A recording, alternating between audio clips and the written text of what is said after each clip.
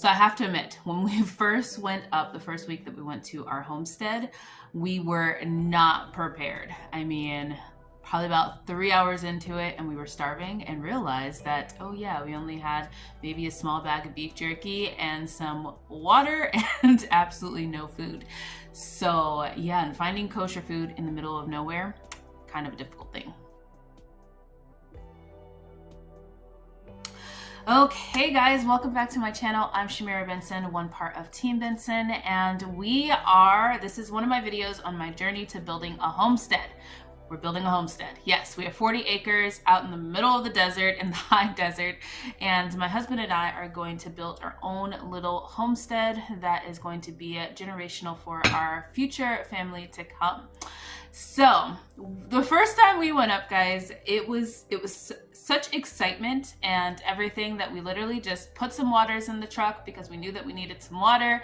And I think we had a bag of chips and a little bag of beef jerky. For those of you guys that know the kosher beef jerky package, they're about this big, so not enough for 2 people. And we just jumped in the car and left and went, and we were running around on our land in the middle of nowhere.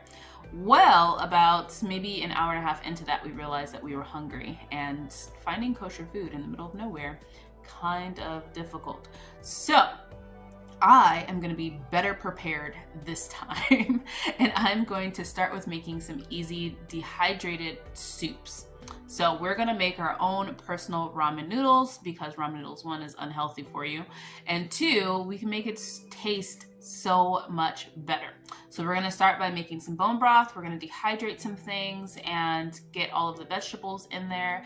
I've got some noodles from Costco, so we're going to put that together, and we are going to be able to make our own dehydrated soup that we just have to heat up the water, which I'm getting a little camping stove that we can just heat up the bone broth, so it won't be water, it'll be bone broth. Pour it into our little container of soup, let it sit, and then we will have a delicious kosher meal in the middle of nowhere. And we won't be starving, and we'll have all the calories that we need to continue to clear land. So since we're on the week that we are not going up to the land, we're gonna prepare and make a bunch of stuff. So let's get that going. Okay guys, so we are going to start this little adventure by making some bone broth and also dehydrating a couple of items. We're going to start by filling the dehydrator with shiitake mushrooms to give it that really good like Asian flavor and give it that ramen taste. Now, chicken is way too expensive not to be using every last bit of it. So if you're not making bone broth with your chicken carcasses, you are missing out, especially if you're trying to keep kosher, because kosher chicken bone broth is even more expensive than regular bone broth, so you can just make your own. So we're gonna make our own today. I need to let this carcasses thaw out, so I'm gonna let those thaw out. But in the meantime, I'm gonna start getting the dehydrator ready to put all of the mushrooms in. We're gonna dehydrate a couple different vegetables. We're gonna make the bone broth, and then we're also gonna can some chicken. It's gonna be delicious. So if you have never dehydrated mushrooms before, you don't want to dehydrate the stems on shiitake mushrooms because they get really, really woody and terrible, and you can never rehydrate them back. So you want to cut all those off. And usually you don't want to cook with those either because they also have the same problem. But what you can do is use the stems for your bone broth because you're not going to be using those vegetables afterwards. So what I'm going to do is I'm going to cut all of the stems off of the little hats, and then I'm going to separate them, and we're going to use the hats to dehydrate for the soup and just for other things, and then we're going to use the stem for all of the bone to make with the bone broth. All right, let's get started.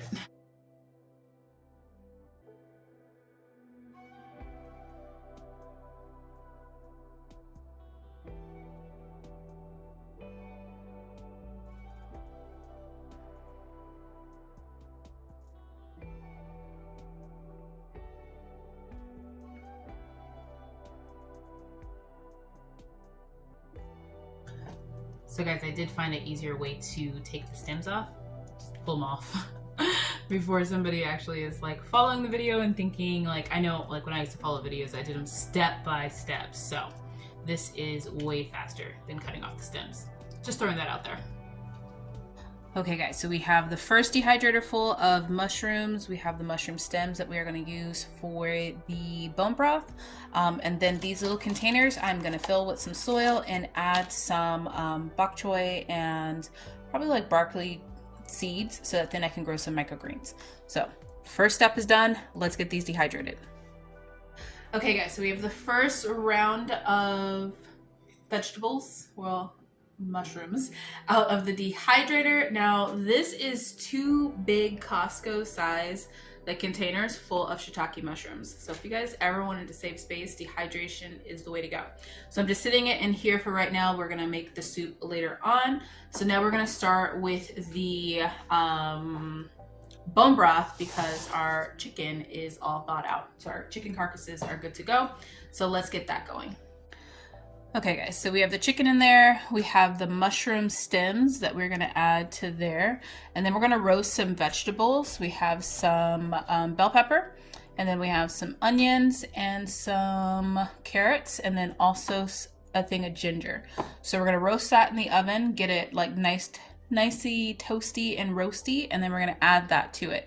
Now since we're going to be on a mountain where we're going to be clearing things, I'm going to add a little bit of melanin and also some echinacea. Echinacea is a natural antibiotic, and melanin will clear your lungs.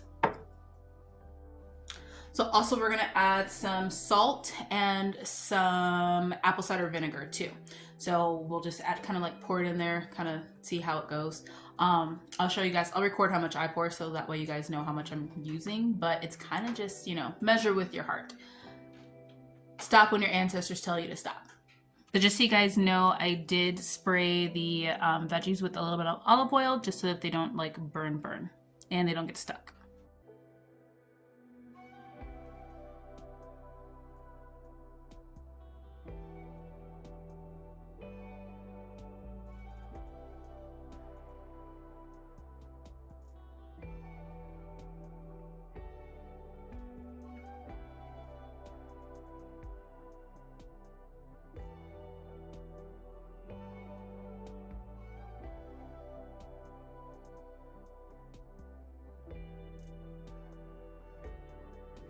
Okay guys, so now that we have the veggies roasting and the chicken is at least starting to boil, once the veggies get roasted, I'll throw those in there. But we have the herbs that we're going to use, well, just the medicinal herbs we're going to use, and then some salt and some apple cider vinegar in there. This one's going to be a different from like our normal like chicken broth that we make, because we want it to be a more like a ramen noodle taste. So that's why we have the ginger and all of that kind of stuff. We're going to add some more seasonings too to our little jars. But let's roast some peppers to put those in there, or not roast them, but dehydrate them. So we're gonna have some mini sweet peppers, and then I also have some mixed bell peppers. So you can just use whatever bell peppers or whatever peppers that you want, but just some form of like peppers in there. I do have some red pepper flakes that we had made a couple of months ago, I want to say, with our peppers from the garden, and that's going to give it a little bit of spice, but once again that'll go in at the end. So let's get all these chopped up and in the dehydrator. Okay guys, it is the next night and we have our bone broth. I took off the layer of fat and just like any type of impurities because I let it settle overnight in the refrigerator. And so now we have our Presto canner out. I love this thing.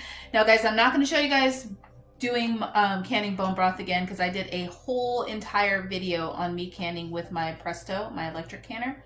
So I'll just link that at the end of this video so you guys can see how I did that. So I'm going to go ahead and we are going to can some stuff. I have the counter all cleared off so I can do that. We're going to get all this bone broth canned up, and then we are going to put together the soup jars. So I have these soup jars here that I am going to get washed up after I finish canning. So let's do that. Okay guys, so our bone broth is out of the pressure cooker and now we're going to be filling up our jars. The goal is to make 10 cans of soup. So we're going to have our 10 jars of soup. So we're going to have 5 for me, 5 for Mr. Benson. And the soups are going to be 1 jar each for each of us. And then we're going to have 1 of those per 2 of these. And then we'll have 1 pint-sized jar of chicken that we're going to be canning with 1 of those jars. Well, not these jars, but there was a jar left over that we're going to be canning with. Now we also have all of our seasonings and our dry things. We have our homegrown parsley. We dried the shiitake mushrooms and the peppers. That is a mixture of sweet peppers and the mini peppers. And then we have our homegrown and dried red pepper flakes. We have some ginger powder. We have some onions that we also dried ourselves, and then we also have some garlic, and then our noodles. And these ones are just the organic ramen noodles. So let's get this assembly line done. The recipe is going to be, let's see what I got here, a half a teaspoon of garlic, half a teaspoon of onions, like dried onions, and then we're gonna have a fourth of a teaspoon of ginger. Let's put this over here, and a fourth of a teaspoon of red pepper flakes, so these two get a fourth. And then we have, let's move this and this. This one's gonna get a tablespoon of dried shiitake mushrooms, and then we'll have a teaspoon of parsley, and then a teaspoon of the peppers, the dried peppers. So that's gonna be the recipe. Let's get it all in there. Okay guys, so I'm gonna try and get these rice noodles to fit in the jar too. Opening them up to see how big they are. And they're just that big, so I think that I can just maybe break it in half and it'll fit nicely in the jar. Yep, it does. So each person will get a full one. I'll just put that right in there. I'm trying to avoid making a mess. Put that right on in there. And then we're gonna do, like I said, we're gonna do a half a teaspoon of these ones. I don't wanna get a mess. Trying to avoid messes, guys. This garlic powder smells so good. And then we're gonna do a half a teaspoon of onions, dried onions.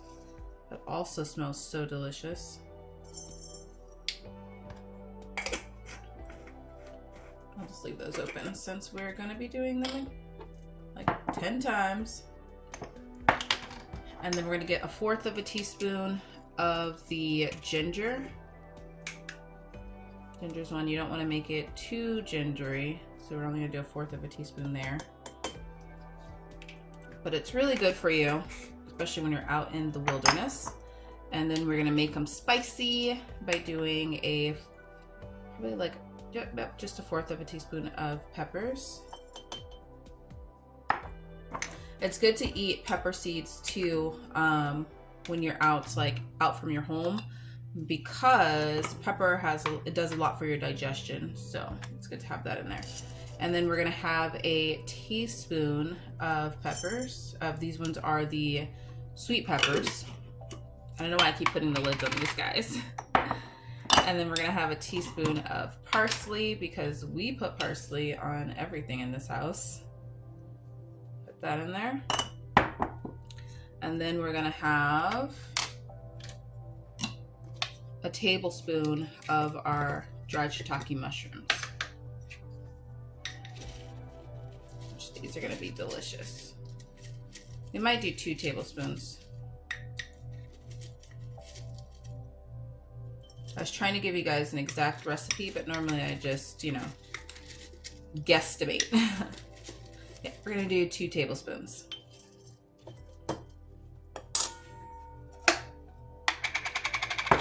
All right. And so there we have it. That is gonna get a lid, and it's going to get vacuum sealed. I almost forgot the name. So yeah, there we have it, guys. That's easy.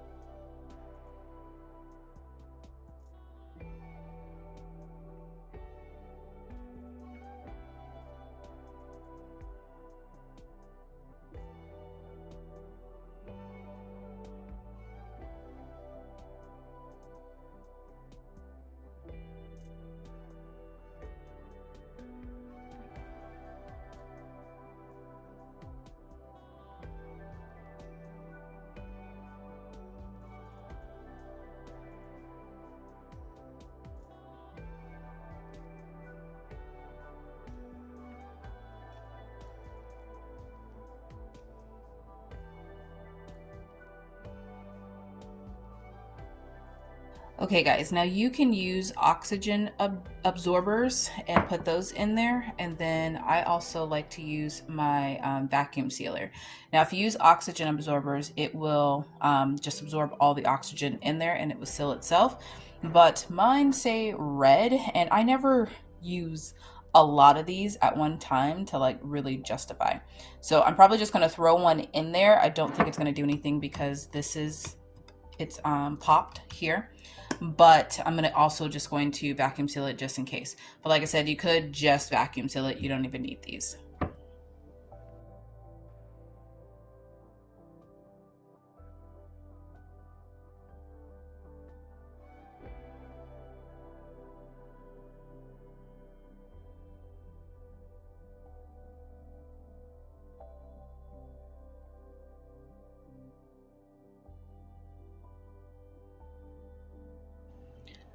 Okay guys, and there we have it. All of our jars of ramen are done, and now we just have to do the chicken. It's almost done. Okay guys, we have reached our final stretch. I have the chicken. I have 6 packages of chicken breast. I'm probably gonna can more because I only need actually 5 jars of chicken, which I'm gonna do 6 just because the canner holds 6, and then I'm gonna use the other packages per different like canning projects. So I will be canning all of it, but yeah, there's 6 packages. So yeah, we're gonna go ahead and get these all chopped up, and then I will get some salt and I'm gonna can it in the bone broth that I made. So we're gonna do that. Let's start by getting this chopped up. Okay guys, I'm doing this one-handed because I have chicken glove on. So I'm going to use the chicken broth from last night, the 1 jar that we have left over. So I'm gonna put that in my teapot. And then I'm gonna also add another thing of water too. So 1 part chicken broth, 1 part water. And then we have our 3 packages of chicken. Our canner just said that it was warm and it is time to fill jars. So we're gonna get all of this process made. Okay guys, correction, I just did a full jar of chicken broth and then a half a jar of water because that seems like a lot because we're only filling 6 jars. So let's get this jarred up. So guys, for this recipe, I'm using the ball preserving book, and I know it's on page 101 because I just looked it up. It's important to have a good canning book too, so that then you can see like, you know, what you're supposed to be doing and follow something that's like tried and true. So this one is going to have leaving an inch headspace. Now what I'm gonna do, so I kind of know where that's at, is I'm gonna go ahead and use my little tool and measure it. So that's basically gonna be like below this lip right here. So that's what I'm going to fill up the chicken to, and then it says fill the liquid up to that spot too, because the chicken's going to make probably a little bit more liquid in there. So let's go ahead and get these filled up. Okay guys, feeling a little stressed because it took forever to cut those up. This actually needed another 2 packages of chicken, so a lot of chicken fits in these. It's basically like 1 pack of chicken per. And then I'm going to add some Celtic sea salt. I'm going to add a half a teaspoon of Celtic sea salt, and then we have our bone broth ready, boiling away. Okay guys, so that is going to go for 1 hour and 15 minutes. I'm just going to add the lid to my teapot because I am going to maybe add a little bit more water to this and then can it, and then that will just be like a bone broth drink that we can have just if anybody's feeling nauseous or sick or just overheated, and then I'll can it in like some pint-sized jars. So we are getting close to the finish line. Okay guys, and there we have it. It's all done. So these are all the bone broth, so it's chicken broth. Each recipe, it's going to be 1 for me, 1 for Mr. Benson, and then 1 of these jars, and then also 1 of the chickens. So this is going to be 1 meal right here, and it should be 10 meals altogether, 5 meals for each of us. So half a jar of chicken for 1, and half a jar of chicken for the other, half a jar of bone broth. Now with this, it is a very good concentrate, so I will add like 1/4 of a jar of water per, or like a half a jar total. So I might just put it all in 1 big camping stove, but it should just be able to, these noodles should cook if I had this boiling hot. And then you just have to warm up the chicken, add it to it, and it's a meal. And I also canned up the rest of the bone broth that I had left over. I watered it down a little bit so it's not as much of a concentrate as this one, so that then we could have it like as like a drink. So if somebody's feeling lightheaded or just need like something extra, like some more protein or something like that. Mr. Benson's gonna do a lot of this lamb curing by himself, so I wanted to make sure that I had like some healthy options for him. Okay guys, so the goal is to get a lot of these like meals planned out that are easy, that I can take up there with us, because once we get, right now we're going only for a day at a time, like we're taking day trips up there until we get our structure built. And once we get our tiny house built, then we'll be spending 2 weeks at a time up there in order to build the our main house and also our garden and get our well put in and our septic put in. So this is the start. So excited. I will be doing some more meals like this so that you guys can see what we're eating and how we're eating, because just because we don't have like a formal kitchen, we shouldn't be eating terrible food. Now, I will also do a video on all the things that I've kind of gathered so that I can make it like more livable for us up there, to where, I mean, we're from the city. We do love our city. Like, well, we love like the convenience of the city. So I want to make sure that we have things up there that are going to be like, where it's not like we're completely roughing it. So like these, you know, like meals in a jar that are healthy for you and made with really good food.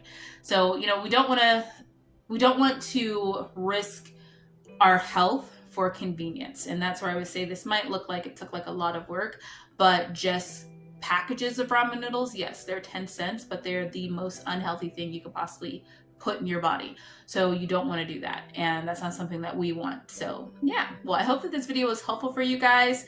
I really hope that you guys enjoy the woman's perspective of building a homestead and all the things that a woman might do. Like, there might not be like a lot of like land clearing on my part, although I will show you guys that stuff. I'll show you guys some of the build as Mr. Benson is doing it, but there will be a how do I keep us healthy and fed and hydrated and wound care. There will also be all of that too, because I'll be doing our first aid kit with you guys, which I just got in a lot of like our tourniquets and stuff like that. So yeah, I hope that this video was helpful. Stay tuned, and thank you for following my journey on us building on our 40-acre land in the desert. So until next time, grow yourselves a garden, because even a small space can provide you with tons of food.